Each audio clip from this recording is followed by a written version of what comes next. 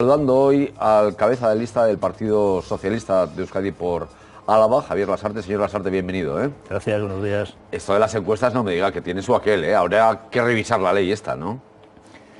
Posiblemente haga falta revisar muchas leyes, ¿no? Nosotros llevamos en nuestro programa electoral la necesidad de una regeneración democrática y de hacer cambios en las instituciones, y también posiblemente haga falta modificar el tipo este de leyes.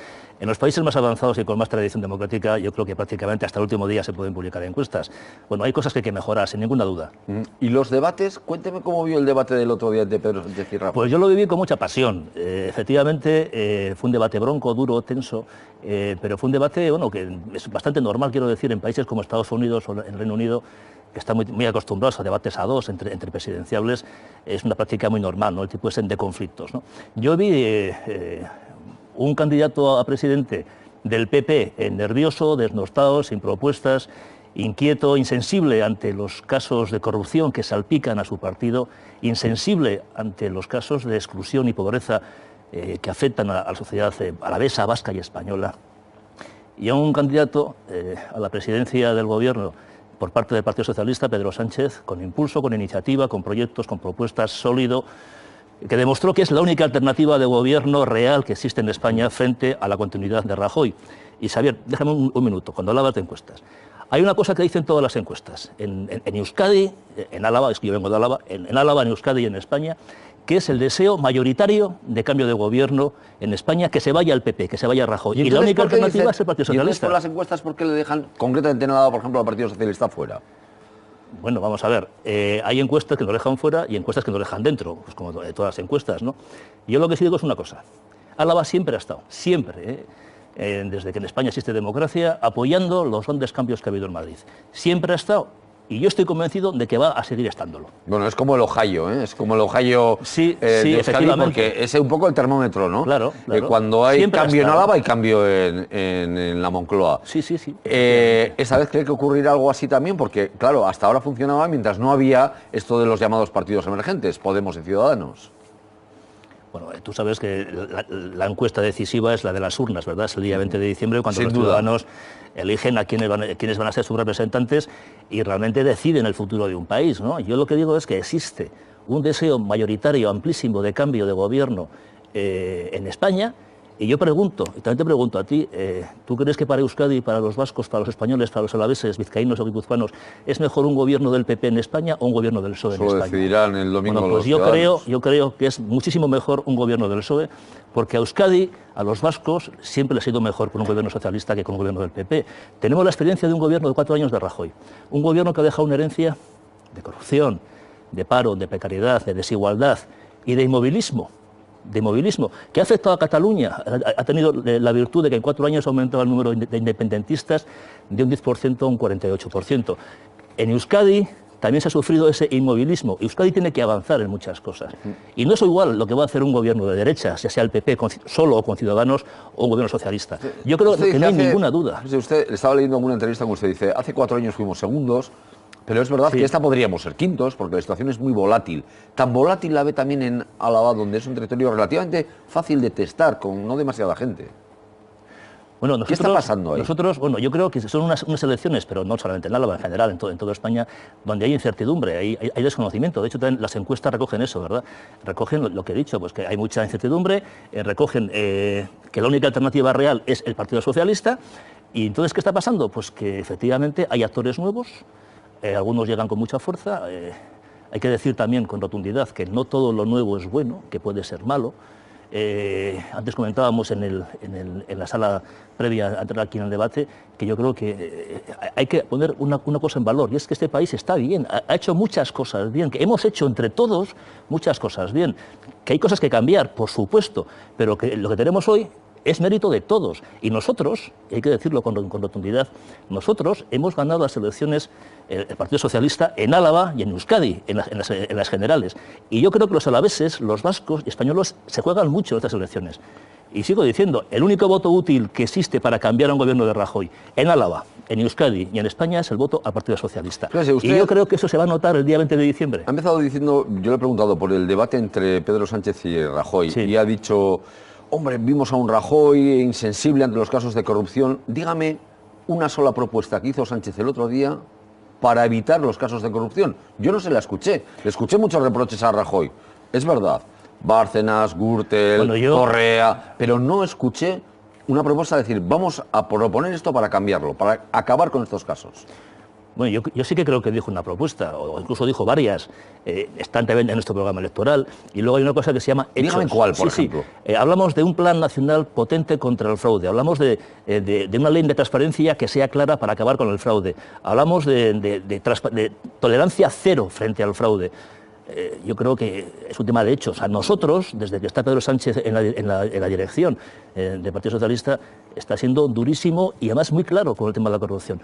No vamos a tolerar ni un solo caso de corrupción. Pero me gustaría escuchar una propuesta de cambio legislativo, de decir, sabiendo que tenemos el foco de corrupción en la financiación, por ejemplo, ilegal de partidos a través de constructoras, recalificación de terrenos, casos concretos, decir, vamos a prohibir.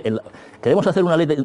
Vamos a ver, entendemos que lo mejor para acabar con la corrupción es la transparencia absoluta. De hecho, nosotros tenemos publicados todos nuestros bienes, todos nuestros de patrimonio, son públicos. Hay que hacer transparencia de lo que tienen aquellas personas que pueden ser, digamos, susceptibles de caer en casos de corrupción, por todas partes, pues también en la administración, funcionarios, cargos públicos.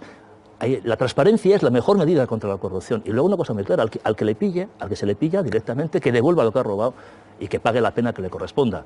Y sin medias tintas. Lo que no puede ser, que es donde efectivamente hay porque yo creo que es una indecencia moral y una percepción, digamos, equivocada de la realidad, es que aparezca que 2 diputados, o un exdiputado y un embajador en India, han creado empresas para cobrar comisiones, siendo políticos, por contratos de empresas españolas en el extranjero, para enriquecerse, y a Rajoy le parezca normal. Es que hay un problema de moral, de falta de decencia intrínseco en el PP. Vamos a dejarlo ahí. Nosotros vamos a luchar como prioridad contra la corrupción, sin ninguna duda, sin ninguna duda. Le quiero preguntar por Garoña, que es uno de los asuntos a debate, además muy interesante en Álava. Usted dijo en la tribuna, cuando estuvo en el Congreso de los Diputados, que se cerraba Garoña. Sí. Para julio de 2013. Bueno, no se ha cerrado del todo, ¿eh? No se hizo todo lo posible para que no se vuelva a reabrir, que hubiera sido otra alternativa. De hecho, el propio Zapatero paraliza pero no cierra. No. Vamos a ver, esto hay que dejarlo claro porque efectivamente yo ya sé que algunos están manipulando esa información.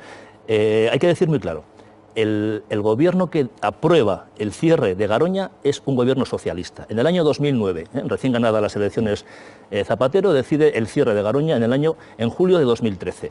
En febrero de 2011 yo tuve que intervenir en tribuna porque había un plan de dinamización, digamos, para traer recursos a Álava, para intentar, digamos, compensar el cierre de Garoña.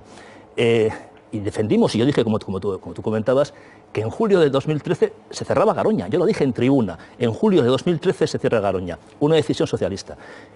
Enfrente estaba el candidato actual del PP al Congreso, Alfonso Alonso, que dijo que no, que estaba en contra del cierre de Garoña, que quería que estuviera abierta hasta el año 2019. Al final se produce el cierre. En 2011 los españoles eligen al PP, pero en diciembre del 2012 se cierra Garoña. Garoña está cerrada.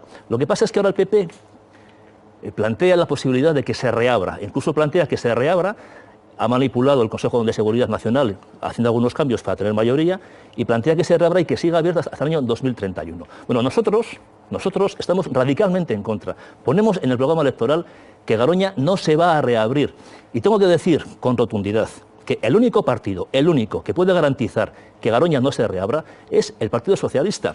¿Y sabes por qué, Xavier? Porque se decide en el Consejo de Ministros. ¿Y por qué no hicieron lo posible para cerrarlo definitivamente? O sea, para haberle puesto un candado para que no se reabriera, porque entonces se podía haber hecho. Estoy diciendo, la decisión era cerrarlo en julio de 2013. Quiero decir, es así, o sea, las cosas no se pueden cerrar de un día para otro. Hay una cosa que también hay que decir.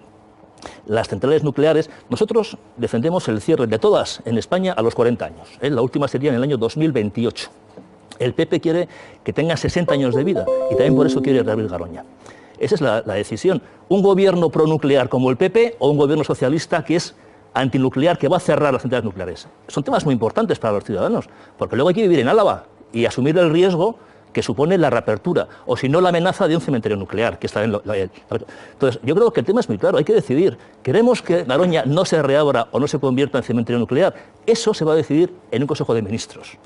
Hay que ver quién va a gobernar, si el PP o el PSOE con Pedro Sánchez. Siguiendo con la cuestión energética y medioambiental, el fracking, que es otro asunto que también preocupa mucho a la sociedad alavesa, dicen ustedes, bueno, nosotros garantizamos que no haya no se explore el fracking en territorio alavés. Sin embargo... Ni alavés, ni vasco, ni español.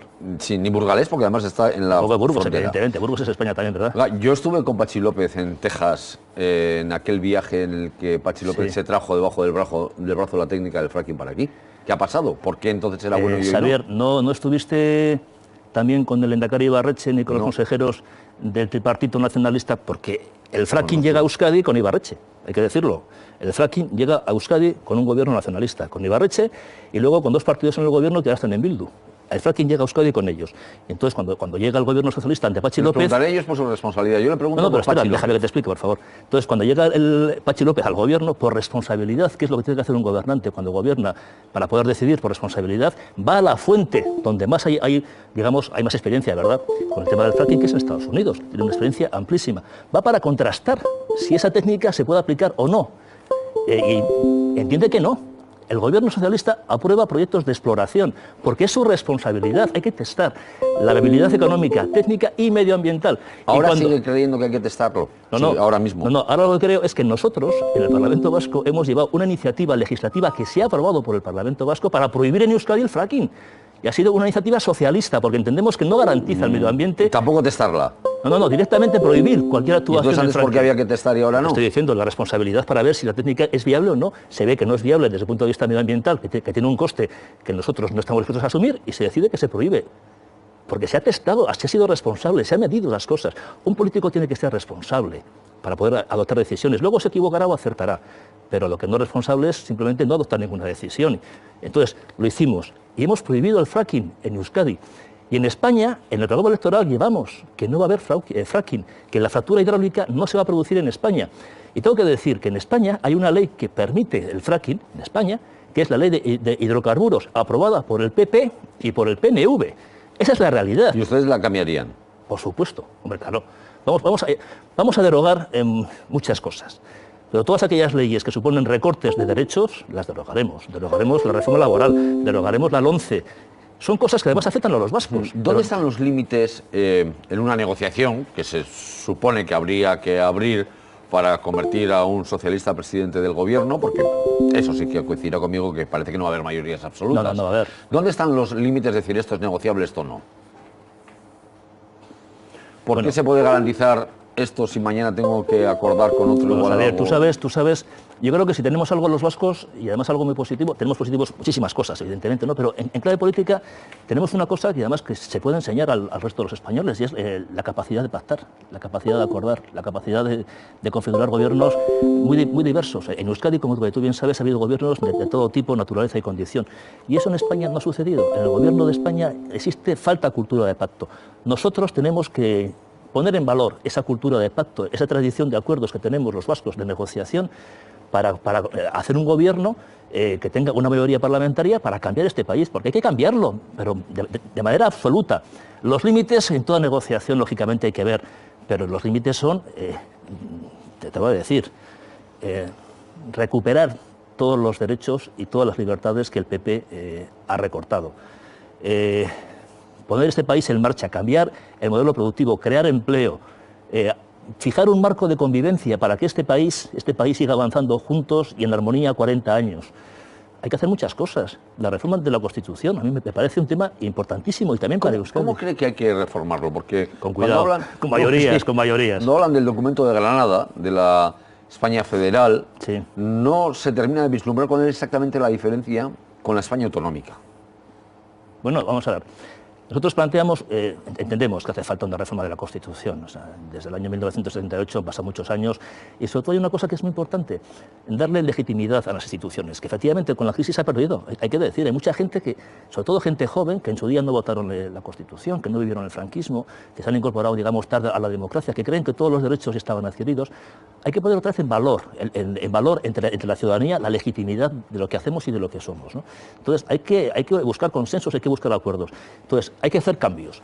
Planteamos una cosa que yo creo que es imprescindible: incorporar y blindar derechos sociales en la Constitución, para que nadie los pueda hacer cenar. Hablamos de la educación, hablamos de la sanidad, hablamos de las pensiones, hablamos del derecho al medio ambiente. Es un tema fundamental, darle un carácter social, pero blindado de verdad en la Constitución, el derecho a la vivienda. Algunos ya están, ¿eh? No, pero están sin blindaje. Están, tú sabes que esto... Sí, el bloque constitucional... Claro, están en la parte de abajo. Es un derecho subjetivo, pero que luego no existe. Nosotros queremos que exista. Igual que tenemos que ser buenos gestores de los dineros públicos y pagar las deudas, porque si no pagas las deudas te dejan de prestar y entonces entras en quiebra. Hay que pagar las deudas, hay que pagar lo que debes, hay que hacer una buena gestión del dinero público. Lo haremos. Y también, de hecho lo hicimos en su día, vamos a hacer una buena gestión de los dineros públicos y también vamos a hacer una buena gestión en igualdad de derechos y de obligaciones con los derechos sociales. Es decir, pagamos las deudas y pagamos y reconocemos y mantenemos los derechos de los ciudadanos. Esa es la clave. Y luego, en el tema territorial, bueno, hay un tema que es evidente. Hay que reconocer que ha habido una modificación. Desde el 78 hasta ahora ha habido muchísimos cambios en España y en el mundo. Hemos entrado en Europa. Mira, otro mérito también del Partido Socialista, que nos ha dado una seguridad jurídica y una seguridad económica importante, ¿no? Y también una capacidad ¿Ustedes económica pactarían importante. algo parecido a un derecho de autodeterminación de los pueblos o no? Si necesitaran, por ejemplo, con Podemos, un apoyo de Podemos. Bueno, yo te voy a decir una cosa. El derecho, o sea, no existe como tal en ninguna constitución democrática el derecho de autodeterminación. Únicamente existe en países, digamos, sometidos a opresión colonial. Un referéndum a la escocesa, para el caso catalán, por ejemplo. No, nosotros vamos a defender una reforma de la Constitución, una negociación en Cortes, una aprobación en Cortes y un referéndum del pueblo español, que es quien tiene la soberanía nacional. Bueno, eso es lo que vamos a defender. Javier Lasarte, cabeza de lista del Partido Socialista por Álava, le agradezco mucho que nos haya acompañado esta mañana.